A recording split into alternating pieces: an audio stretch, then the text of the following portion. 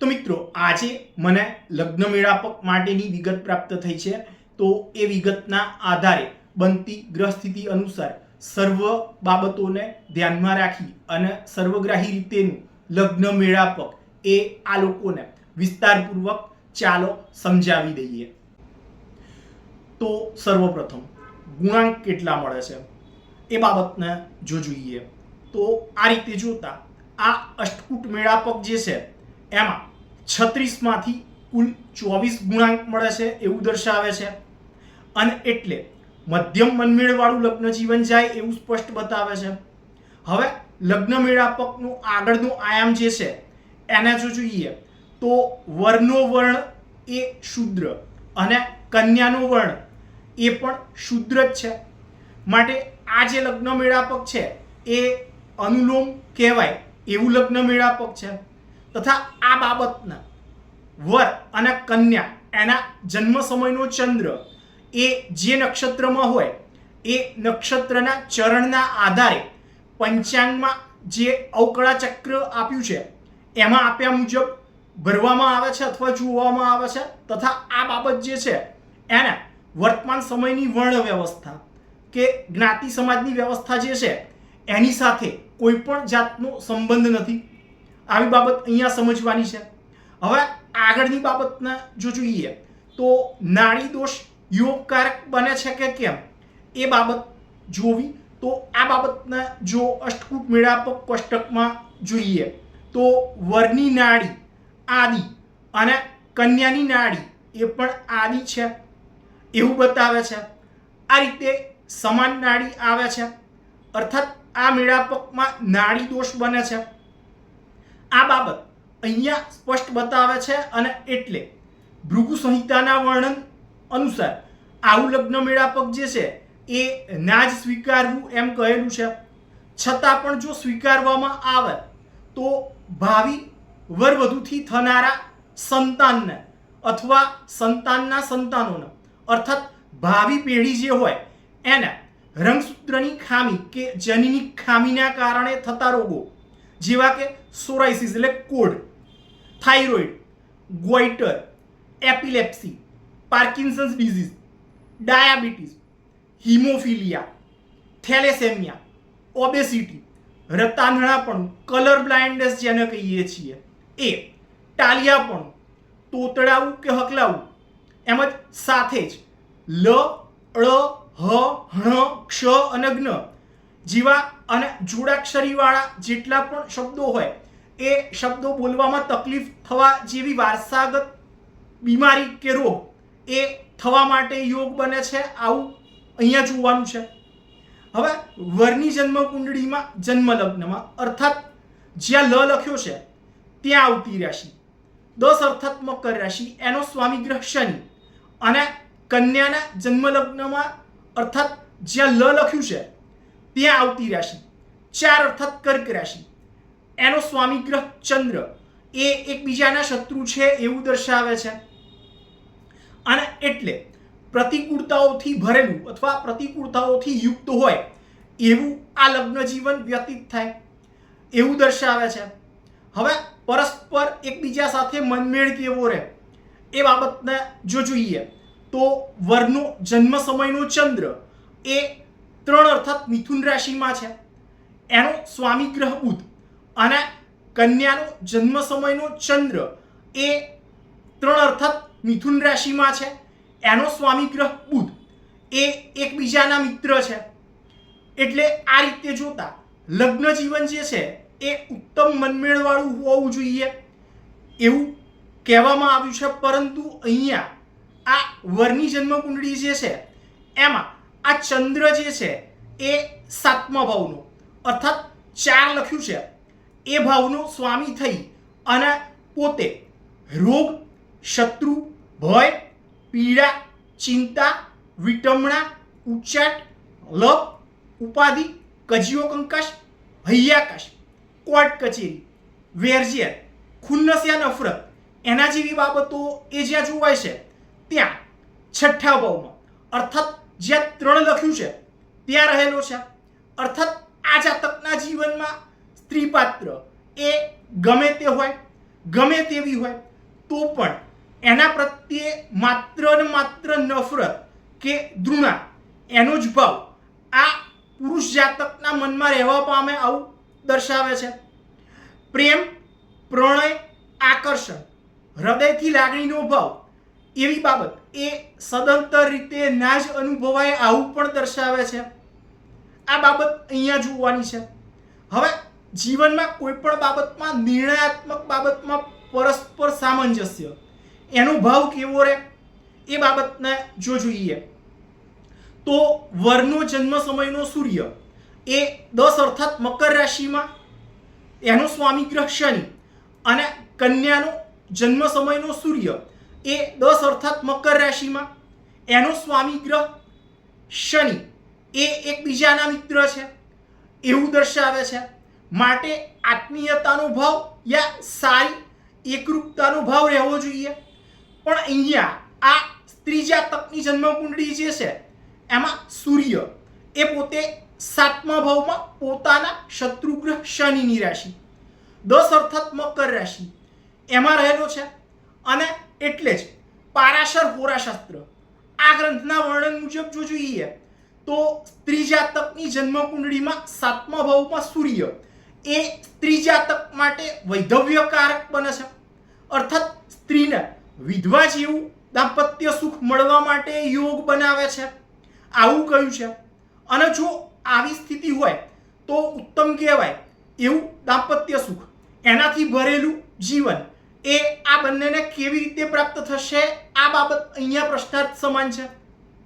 હવે મંગળ દોષ છે કે કેમ એ બાબત જો જોઈએ તો ના, વરની જન્મ કુંડળીમાં મંગળ દોષ બનતો નથી.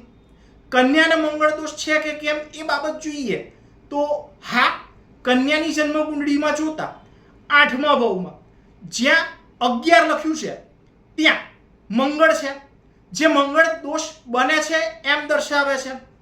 અને એટલે શાસ્ત્ર સિદ્ધાંત મુજબ જો કન્યાને મંગળ દોષ હોય અને વરને મંગળ દોષ ના હોય તો વરનો નાશ થાય કે એને પારાવાર યા સર્વ રીતે સર્વ બાબતમાં હાનિ કે નુકસાન થાય જ આવું શાસ્ત્ર સિદ્ધાંતમાં કહેલું છે. હવે શનિ દોષ છે કે કેમ એ બાબતને જો જોઈએ તો વરની જન્મ કુંડળીમાં શનિ દોષ બનતો નથી, તથા કન્યાની જે જન્મ કુંડળી છે એમાં પણ શનિ દોષ બનતો નથી. આ રીતે જોતા વર અને કન્યા બંનેમાંથી કોઈ પણ વ્યક્તિની જન્મ કુંડળીમાં શનિ દોષ બનતો નથી. આ બાબત સારી બાબત છે. રાહુ દોષ છે કે કેમ એ બાબતને જો જોઈએ તો ના, વરની જન્મ કુંડળીમાં રાહુ દોષ બનતો નથી, કન્યાની જન્મ કુંડળીમાં પણ રાહુ દોષ બનતો નથી. આ બાબત પણ સારી છે. કેતુ દોષ છે કે કેમ એ બાબતને જો જોઈએ તો ના, વરની જન્મ કુંડળીમાં કેતુ દોષ નથી, કન્યાને કેતુ દોષ છે કે કેમ એ બાબતને જો જોઈએ તો હા, કન્યાની જન્મ કુંડળીમાં 8મા ભાવમાં અર્થાત જ્યાં 11 લખ્યું છે ત્યાં શનિની રાશિ 11 અર્થાત કુંભ રાશિ એમાં કેતુ છે એ કેતુ દોષ બનાવે છે એમ બતાવે છે. અને એટલે જ શારીરિક, માનસિક એવી વિકૃતિ એકબીજાની પ્રત્યે અનુભવાય, એકબીજાથી શારીરિક માનસિક આવેગો, એની સંતૃપ્તિ, એની બાબતમાં અસંતોષનો જ ભાવ એ હર હંમેશ રહ્યા કરે આવું દર્શાવે છે. વરનું જન્મનું નક્ષત્ર જે છે એ આદ્રા નક્ષત્ર છે, તથા એનો સ્વામી ગ્રહ રાહુ છે, તથા કન્યાનું જન્મનું નક્ષત્ર જે છે એ પુનર્વસુ છે, તથા એનો સ્વામી ગ્રહ ગુરુ છે. એ બંને એકબીજાના શત્રુ છે. માટે સર્વ રીતે એકબીજા માટે નુકસાનકારક કે પ્રતિકૂળ ફળદાયક નીવડે. જીવનમાં લાભપ્રદ બાબતો જે છે એ અને પ્રગતિકારક બાબતો જે છે એ એના વાળી સ્થિતિ, એના બદલે પડતી નકારાત્મક બાબતો એવી બાબતને વેઠવાનો યા સહન કરવાનો વારો આવે. દુઃખ, દારિદ્ર અને રોગ સમાન પીડાદાયક બાબતો જ સહન કરવાનો વારો આવે આવું કહેલું છે. દાંપત્ય સુખ કેવું પ્રાપ્ત થાય આ બાબતને જો જોઈએ તો વરના જન્મ લગ્નમાં 7મા ભાવમાં જે રાશિ આવે છે 4 અર્થાત કર્ક રાશિ એનો સ્વામી ગ્રહ ચંદ્ર એ શુભ ગ્રહ શુક્રથી દ્રષ્ટ છે એવું દર્શાવે છે. તથા કન્યાના જન્મ લગ્નમાં 7મા ભાવમાં જે રાશિ આવે છે 10 અર્થાત મકર રાશિ, એનો સ્વામી ગ્રહ શનિ એ પોતાના શત્રુ ગ્રહ ગુરુની રાશિ 12 અર્થાત મીન રાશિમાં છે અને એમાં પણ ભાગ્ય સ્થાનમાં છે. તથા એ પોતે જ આ જન્મ કુંડળીમાં મારક બને છે. વધુમાં આચાર્ય પૃથુયશ એમના દ્વારા વિરચિત ષટપંચાશિકા એના વર્ણનને જો જોઈએ તો મારક બનતો ગ્રહ જે છે એ કદાપી સુફળપ્રદ બનતો નથી.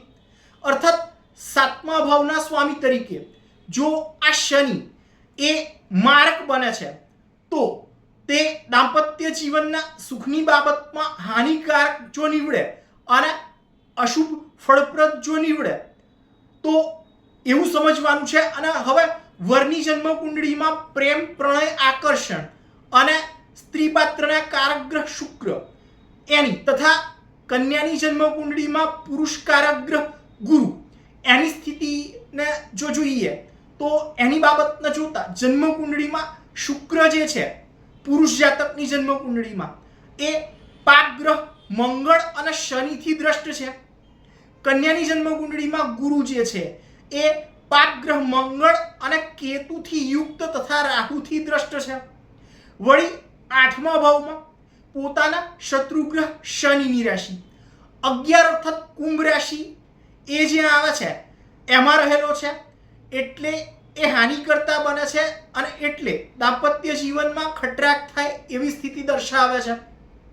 વરની જન્મ કુંડળીમાં તથા કન્યાની જન્મ કુંડળીમાં લગ્નથી ચંદ્રથી 7મે કે 8મે સૂર્ય છે કે કેમ એ બાબતને જો જોઈએ તો વરની જન્મ કુંડળીમાં આવી સ્થિતિ નથી. જો કન્યાની જન્મ કુંડળીમાં જોઈએ તો હા, કન્યાની જન્મ કુંડળીમાં 7મા ભાવમાં 10 અર્થાત મકર રાશિમાં પોતાના શત્રુ ગ્રહ શનિની રાશિ એમાં સૂર્ય છે તથા પરાશર મુનિકૃત પારાશર હોરાશાસ્ત્ર એના વર્ણન મુજબ સ્ત્રી જાતકની જન્મ કુંડળીમાં 7મા ભાવમાં જો સૂર્ય હોય તો એ સ્ત્રી જાતક માટે વૈધવ્યકારક બને છે આવું કહ્યું છે. તથા આવો યોગ અહીંયા બને છે. હવે વર કન્યાની જન્મ કુંડળીમાં સૂર્ય મંગળ એનો ષડાષ્ટક યોગ છે કે કેમ એ બાબતને જો જોઈએ તો વરની જન્મ કુંડળીમાં સૂર્યથી 8મા ભાવમાં મંગળ એ નથી. જો કન્યાની જન્મ કુંડળીમાં જોઈએ તો સૂર્યથી 8મે મંગળ છે યા અલગ અલગ 7મે કે 8મે મંગળ છે તો હા, કન્યાની જન્મ કુંડળીમાં 7મા ભાવમાં અર્થાત 10 લખ્યું છે ત્યાં પોતાના શત્રુ ગ્રહ શનિની રાશિ 10 અર્થાત મકર રાશિ એમાં સૂર્ય છે તથા 8મા ભાવમાં પણ શનિની રાશિ 11 અર્થાત કુંભ રાશિ છે તથા એમાં શનિનો શત્રુ ગ્રહ મંગળ અને ગુરુ તથા કેતુ આ ગ્રહો રહેલા છે. તથા આ ગ્રહો ઉપર રાહુની દ્રષ્ટિ છે. એથી સૂર્ય મંગળનો ષડાષ્ટક યોગ થાય છે અને એના કારણે લગ્ન જીવન જે છે એ અસ્ત વ્યસ્ત અને ધ્વસ્ત થવાનો યોગ બને છે આવું સ્પષ્ટ દેખાય છે. હવે વર કન્યાની જન્મ કુંડળીમાં સૂર્ય મંગળની યુતિ કે પ્રતિયુતિ છે કે કેમ એ બાબતને જો જોઈએ તો ના, આવો યોગ બનતો નથી.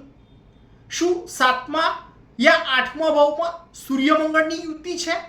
ના, વર અને કન્યા એની જન્મ કુંડળીમાં આવો યોગ બનતો નથી. આ બાબત જોવાની છે. શું અલગ અલગ 7મે કે 8મે મંગળ છે? હા, કન્યાની જન્મ કુંડળીમાં 8મા ભાવમાં આવો યોગ બને છે. એટલે આ કન્યા આ પુરુષ જાતકના દાંપત્ય જીવનનો યા દાંપત્ય સુખનો દાટ વાળનારી હોય એવી સાબિત થવાનો યોગ બને છે આવું દેખાય છે. કન્યાની જન્મ કુંડળીમાં 5મા ભાવમાં ચંદ્ર મંગળ છે? ના, કન્યાની જન્મ કુંડળીમાં આવો યોગ બનતો નથી. કન્યાની જન્મ કુંડળીમાં 5મા ભાવમાં ચંદ્ર અને રાહુ છે? ના, આવો યોગ જન્મ કુંડળી જે છે કન્યાની એમાં બનતો નથી. વરની જન્મ કુંડળીમાં 5મા ભાવમાં ચંદ્ર કેતુ છે?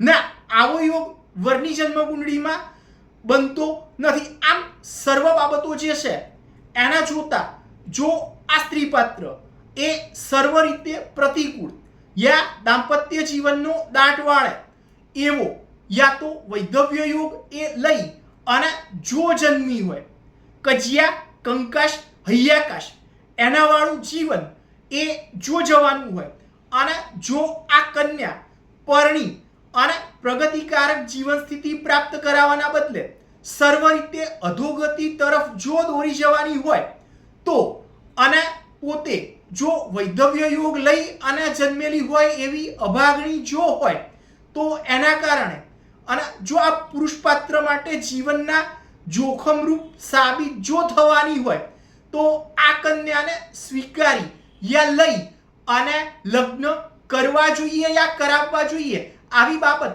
એના માટે હું સદંતર રીતે હાથ જોડી અને ના પાડું છું.